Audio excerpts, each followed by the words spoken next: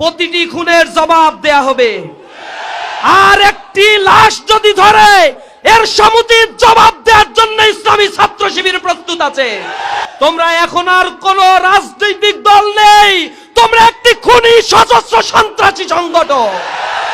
এই খুনি সশস্ত্র সংগঠনের যে ইজারা তোমরা আওয়ামী লীগের কাছ থেকে গ্রহণ করেছো, তোমাদের এই ইজারাদারি যদি বজায় থাকে 12ই ফেব্রুয়ারি গণপ্রতিরোধের মুখে বাংলা ছেড়ে যেতে বাধ্য হবা তোমরা। কিছুক্ষণ আগে আমরা খবর পেয়েছি চৌদ্দগ্রামের ইসলামী ছাত্র শিবিরের চৌদ্দগ্রামের দক্ষিণ থানা সভাপতি সহ আরো 5 জনকে বিএনপির খুনি সন্ত্রাসীরা গুলি করেছে। আমরা দীপ্ত কণ্ঠে বলে দিতে চাই, প্রতিটি খুনের জবাব দেয়া হবে। আর একটি লাশ যদি ধরে এর সমুচিত জবাব দেওয়ার জন্য ইসলামী ছাত্র শিবির প্রস্তুত আছে।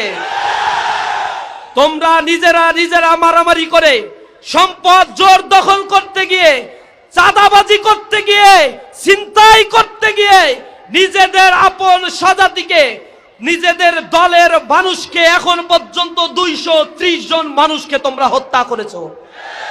তোমরা এখন আর কোন রাজনৈতিক দল নেই, তোমরা একটি খুনি সশস্ত্র সন্ত্রাসী সংগঠন।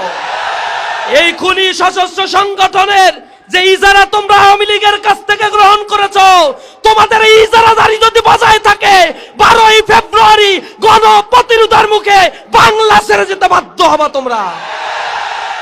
আমরা সহনশীলতায় বিশ্বাসী।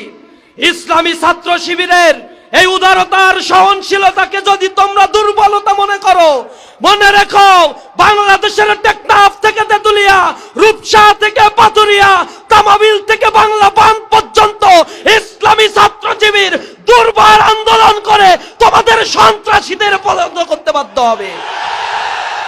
আমরা ধৈর্য ধারণ করছি। তোমাদের সাথে দীর্ঘদিনের আমাদের ওঠা বসা, ক্যাম্পাসগুলোকে তোমরা অস্থিতিশীল করতে চেয়েছো, আমাদের ভাইদের রক্ত ঝরিয়েছো। আমরা সাম্যের বাণী মানুষের কাছে পৌঁছে দিতে চেয়েছি। তোমরা ক্যাম্পাসে চাঁদাবাজি, ধর্ষণ, ছিনতাই, সন্ত্রাস আর মাদকের অভয়ারণ্য করতে চেয়েছো।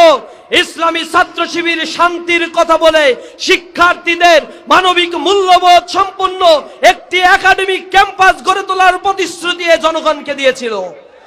শিক্ষার্থীরা ইসলামী ছাত্র শিবিরের উপরে আস্থা এবং বিশ্বাস রেখে ইসলামী ছাত্র শিবিরকে ছাত্র সংসদে নির্বাচিত করেছে। আমরা শিক্ষার্থীদের দেয়া কথা প্রতিশ্রুতি রক্ষা করে চলেছি। আমাদের জীবনের সর্বোচ্চ চেষ্টা দিয়ে শিক্ষার্থীদের পাশে দাঁড়িয়ে তাদের জন্য নিরাপদ, নারীদের জন্য, আমাদের বোনদের জন্য একটি নিরাপদ ক্যাম্পাস গঠনের জন্য আমরা চেষ্টা করে যাচ্ছি। প্রতিটি ক্যাম্পাস এখন সাক্ষী দিবে, প্রতিটি বোনেরা সাক্ষী দিবে ইসলামী ছাত্র শিবিরকে নিয়ে যে টমাটাই সিচুয়েশন তৈরি করা হয়েছে, যে ভীতি সন্ত্রস্ত তৈরি করা হয়েছে, যে শিবির আসলে তোমাদের সবার বোরকা পড়তে হবে, শিবির ক্যাম্পাসে আসলে মাদক খাওয়া যাবে না। এটা সত্যি কথা, কারণ যারা মাদক খেত কাউকে আমরা কিছুই বলি নাই, কিন্তু সবাই আলহামদুলিল্লাহ ভালো হয়ে গেছে।